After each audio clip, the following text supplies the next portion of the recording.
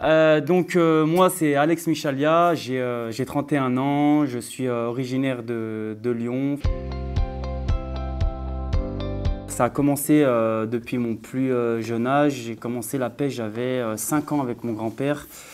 C'est lui qui m'a vraiment initié, qui m'a donné le goût et l'envie à la pêche.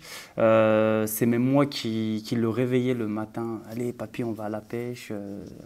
On y va, on y va, on y va. J'allais le week-end en Auvergne parce qu'il habitait en Auvergne. Donc j'allais voir mon grand-père et ma grand-mère et voilà, je le saoulais pour la pêche, la pêche, la pêche. Enfin voilà, j'aimais ça.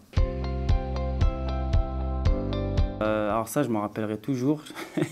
C'était avec mon grand-père. On était dans un étang et lui, il avait pris une canne. Il fait un départ. Il combattait violemment le poisson et il l'a ramené et c'était une carpe.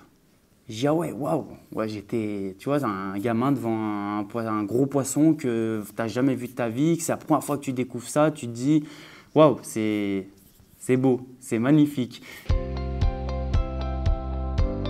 15-16 ans en apprentissage, c'est vraiment à ce moment-là que j'ai vraiment commencé à m'intéresser vraiment au monde de la pêche à la carpe. Mais voilà, j'ai voulu vraiment cibler ce poisson-là parce que il était intéressant, il était compliqué à apprendre parce que certes, c'est une technique aujourd'hui, c'est pas, il y a le facteur chance, mais je pense qu'aussi il y a tout le côté pratique, stratégie à mettre en place pour prendre le poisson.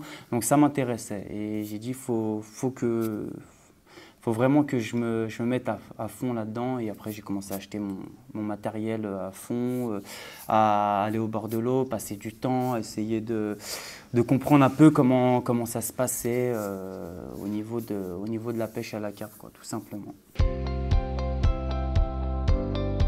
Ouais, en gros, à mes 19 ans, donc, j'avais mon pote Will, là, qui est un très très bon ami à moi, qui pêche également. Donc on s'est rencontrés sans savoir que lui aussi il pêchait, tu vois. Et à un moment, bah, on a parlé un peu pêche. Il m'a dit ah, moi aussi je pêche et tout. Et là, bah, tout de suite, on a commencé à partager un peu des parties de pêche ensemble, des sessions. Et après, tout de suite, on a eu une bonne approche tous les deux. On se complétait bien.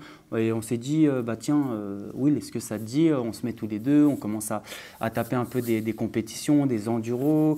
Après, on a voulu s'attaquer tout de suite au championnat de France. On est passé de peu pour les finales, mais tu vois, après, on s'est pas lâché. On s'est dit, c'est pas grave, on n'est pas allé en finale, mais on va continuer. Donc l'année d'après, on s'est réinscrit et c'est là qu'on a vraiment commencé à goûter au championnat de France et à commencer à faire des résultats. Tu vois, après, on a vraiment enchaîné toutes les années, on y était là régulièrement, on a commencé à se positionner tout en haut du classement. Après, on a fait champion Rhône-Alpes, vice-champion Rhône-Alpes, on avait fait champion de France par équipe. Après, on a eu la chance de pouvoir faire 2 présélections en équipe de France pour qu'on puisse intégrer l'équipe de France. Bon, après, c'est pas passé comme on veut, mais voilà, c'est comme ça. Après, par ça, et bah, j'ai un peu levé le pied sur la compétition parce que ma vie professionnelle me demande énormément de temps. De base, Carption, ça a été créé, on va dire, plus ou moins sur une déception professionnelle. J'ai été sponsorisé par une marque leader pendant des années dans le monde de la carpe. J'ai travaillé donc pendant 5 ans, je devais racheter la société. Sauf qu'une semaine avant que le fonds soit débloqué, et ben, en gros, ils m'ont appelé, ils m'ont dit Alex, je suis désolé, on a vendu à un concurrent. Voilà, donc moi, très très grosse déception. Honnêtement, je voulais tout arrêter. Ça a été très très dur pour moi. Pendant 1 mois, je ne mangeais plus, sauf qu'un jour, j'ai réfléchi, parce que j'étais en train de me laisser abattre. Et je me suis réveillé un matin et je me suis dit, pourquoi tu ne crées pas ta propre marque? Donc j'ai tout de suite contacté Benoît. Benoît, c'était mon bras droit, c'est avec lui que je travaillais. On a fusionné Carp et Action et ça a donné en gros Carption, on l'a fait un peu à l'anglaise aussi. Et on s'est dit, ah, c'est pas mal, ça sonne bien, c'est pas courant, tu vois, donc go, on part là-dessus. Ensuite, bah, forcément, il fallait un logo. Donc ça, j'ai laissé Benoît avec son inspiration faire quelque chose de propre. pareil, on a essayé pas mal de choses. On en est venu à notre logo officiel maintenant qui est un rond qui représente le haut de Karcher, ou soit voilà, une bouillette avec 2 hameçons dedans, donc très représentatif de notre activité et de la marque. Et puis après, c'est là que est né Karcher en 2017. Et soit en gros j'enchaînais sur un investissement sur de la machine, stock matière première, et après on envoie de la prod, tu vois. Ou soit l'autre deuxième, la deuxième option, c'était de faire de la sous-traitance, voilà, et sortir moins d'argent. Et en sous-traitant avec tes recettes en direct, voilà, après je ne le cache pas, hein, j'ai travaillé avec l'usine qui est basée en Hollande, je pense que tout le monde connaît aujourd'hui, et voilà, qui fait du très bon travail, hein, on va pas se mentir. Ils ont un rythme industriel avec des cadences qui sont très importantes, donc ils savaient répondre à une forte demande et des grosses commandes très rapidement. Donc j'ai dit, je pense que ça va être un moyen aujourd'hui, en passant par cette usine, de pouvoir développer l'entreprise tranquillement.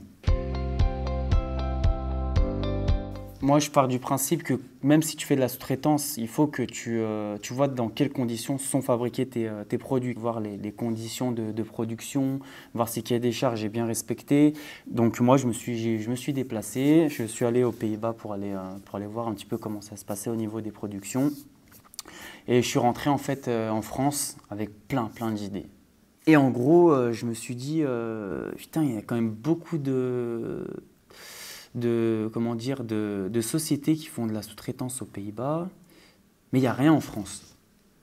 Et avec la réflexion, je me suis dit, putain, mais pourquoi on ne montrait pas une usine pas identique, parce que c'est des très gros investissements, mais en commençant avec une ligne de production, l'idée de vouloir monter cette usine de production sur mesure, tout en en ayant la main sur les productions de Karcher, mais pour proposer des services de production sur mesure pour les professionnels. Là aujourd'hui j'ai Hugo qui est avec moi, qui gère toute la partie production, qui fait tout ce qui est partie commande également. Après j'ai mon assistante Jess aussi. Je pense qu'il était temps pour nous de voir un peu plus grand, tu vois, pas brûler les étapes. On ne sort pas tout d'un coup, on essaie vraiment de faire les choses progressivement. On a commencé par les appâts, voilà, on a diversifié, hop, on essaye de passer sur le matos. On a commencé par sortir les cannes, les 9 pieds, la gamme Action 3,5 livres.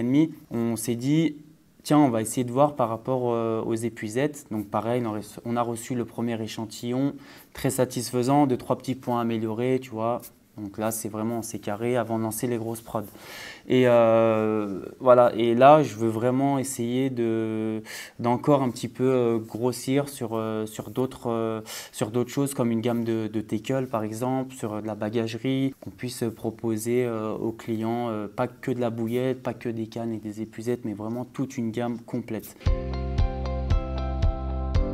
Les objectifs, en gros, c'est vraiment de faire grossir Karcher, parce qu'aujourd'hui, Karcher, moi, ça représente, on va dire, 80% de mon temps, de mon activité. Enfin, voilà, après, j'ai toujours mes autres activités à côté qui me prennent du temps, mais aujourd'hui, je me consacre énormément avec Karcher, parce que je sais qu'il y a du potentiel. Je sais qu'on peut aller très loin avec Karcher, et tout le monde en a conscience. Que ce soit les gars de l'équipe qui représentent Karcher, sur les consultants, les field testeurs, ils savent très bien où est-ce qu'ils ont mis les pieds, ils savent très bien que tous ensemble, on peut aller très loin. Après, voilà, l'union fait la force. Tous ceux qui croient au projet Karcher, c'est pas que c'est tout bénéf pour eux, mais si on est tous ensemble, tous soudés, on pourra faire des choses qui sont énormes tous ensemble. Merci à tous d'avoir suivi la vidéo. Vous pouvez nous rejoindre sur les réseaux sociaux Instagram et Facebook. Le lien du site sera juste en dessous. Vous pouvez retrouver tous nos produits sur www.karcher.com. Allez, tchuss! She want me to lock it down, but I told her to pass the key. You gotta slow it down, girl, you moving too fast for me. Nobody did it like this, so they wonder, they asking me if I can slow it down, cause it's coming too fast for me. Baby, don't try, just stop it. You should know that I got options. I be fly like I live in the cockpit.